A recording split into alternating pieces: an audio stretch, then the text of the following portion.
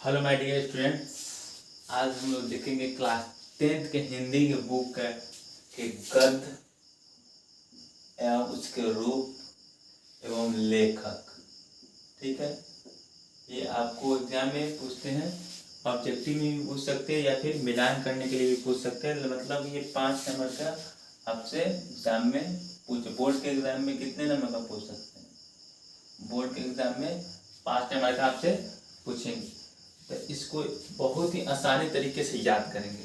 तो सबसे पहले इसमें देखेंगे टोटल कहानी कितने दी है, टोटल कहानी कितने के दिए गए, टोटल निबंध कितने दिए गए, टोटल ललित निबंध या ललित रचना कितने दिए गए हैं, साक्षात्कार कितने दिए गए हैं। ठीक है, उसके बाद आपका भाषण कितना दिया गया है, व्यक्ति चित्र कितने गए हैं, शिक्षा शास्त्र कितने दिए गए, यानी सबको अलग अलग छांट लेंगे तो आपको खुद ब खुद क्या हो जाएगा, आसानी से याद रहेगा। सबसे पहले इसमें देखेंगे कहानियों की संख्या कितनी है। अगर कहानी देखा जाए तो इसमें टोटल कहानियों की संख्या 3 है। एक आपका विष के दांत है, दूसरा आपका बहादुर है और तीसरा आपका मछली है। ठीक है, यानी अगर टोटल कहानी देखना है तो कहानियों की संख्या कितनी है, 3 है। एक विष का दांत है, दूसरा आपका बहादुर है, तीसरा आपका मछली है। यानी अगर देखा जाए तो कहानी कौन कौन है, आपका पहला है विष के दांत, दूसरा आपका बहादुर और तीसरा आपका कौन सा है, मछली है। कौन सा है, मछली। यानी कहानी अगर देखा जाए, कहानी कौन कौन हो जाएगा आपका, विष के दांत, विष के दांत, ठीक है। उसके बाद आपका हो जाएगा कौन, बहादुर और कौन सा हो जाएगा, मछली। ये तीनों के तीनों क्या है, कहानी है। अब छाटेंगे निबंध कितने हैं, इसमें निबंध कितने हैं, तो निबंध भी 3 है। निबंध भी कितने हैं, 3 है।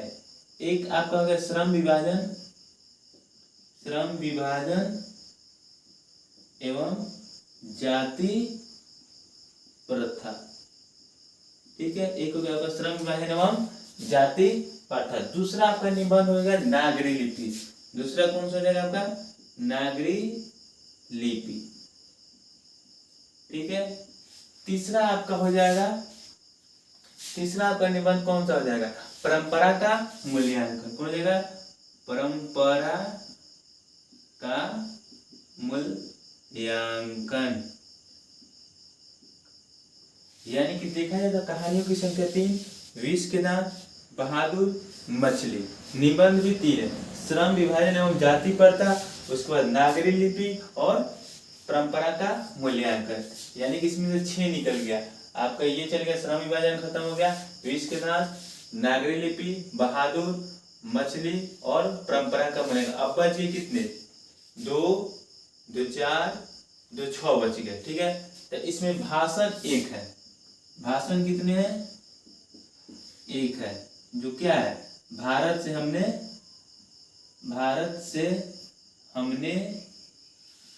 क्या सीखा, भारत से हमने क्या सीखा। भाषणों की संख्या कितनी है, 1 है। भारत से हमने क्या सीखा। ठीक है, अगला आपका व्यक्ति चित्र। व्यक्ति चित्र भी कितने हैं, 1 है। नौबत खाने में इबादत क्या है, एक व्यक्ति चित्र है।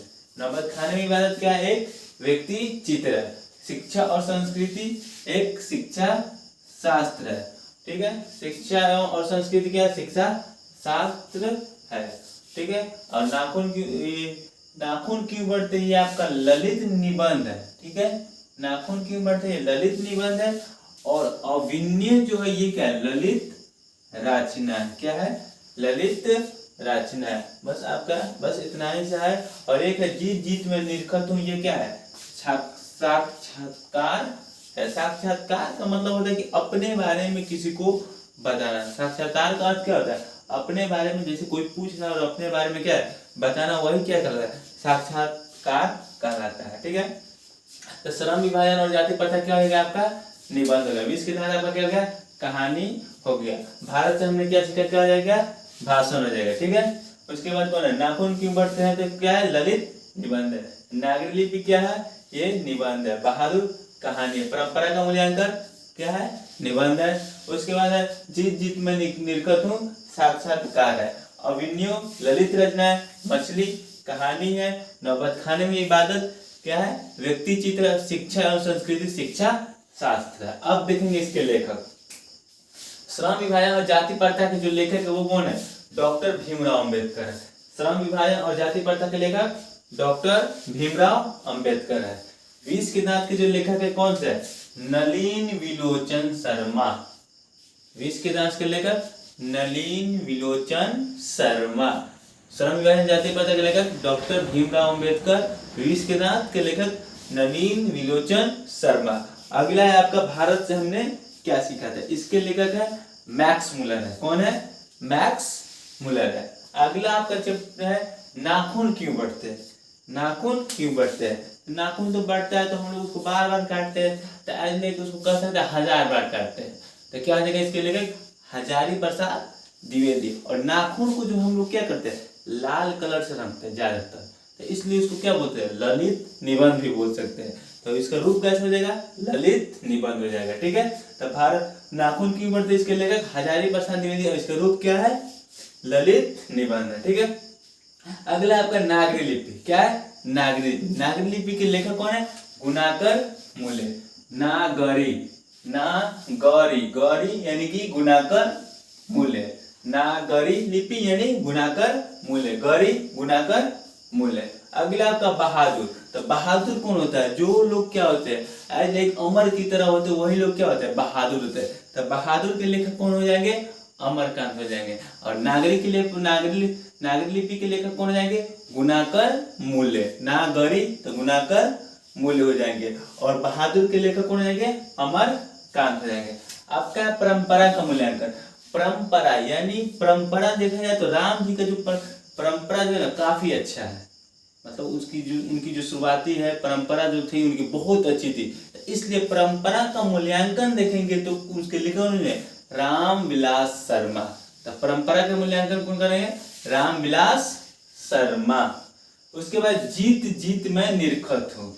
जीत जीत में निरखत हूँ यानी जब इंसान जीतता है तो क्या होता है, वो क्या होता है, निरखता है, यानी कि उसका नाम सारे जहां में होता है। तो इसके लेखक कौन है, बिरजू महाराज। तो महाराज का नाम क्या होता है, पूरे एरिया में होता है। जीत जीत में निरखत हूँ यानी कौन महाराज, बिरजू महाराज। जो जीतेगा वो जाहिर सी बात है महाराज के लायक, महाराज के समान होगा, तो इसलिए बिरजू महाराज। अगला है अभिन्यो। क्या है, अभिन्यो। तो अर्श अभिन्यो अ से अशोक हो जाएगा। क्या हो जाएगा, अ से अभिन्यो अ से अशोक। तो अभिन्यो के लेखक कौन हो जाएंगे, अशोक। अभिन्यो के लेखक अशोक। ठीक है, अगला आपका कौन सा है, मछली। कौन सा है, मछली। मछली के जो लेखक है वो कौन है, विनोद कुमार शुक्ल।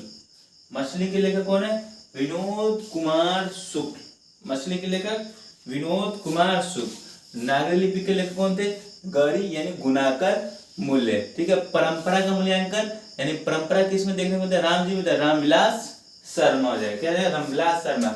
मछली के लेखक कौन है आपका, विनोद कुमार शुक्ल। अभिनय के लेखक अशोक वाजपेयी।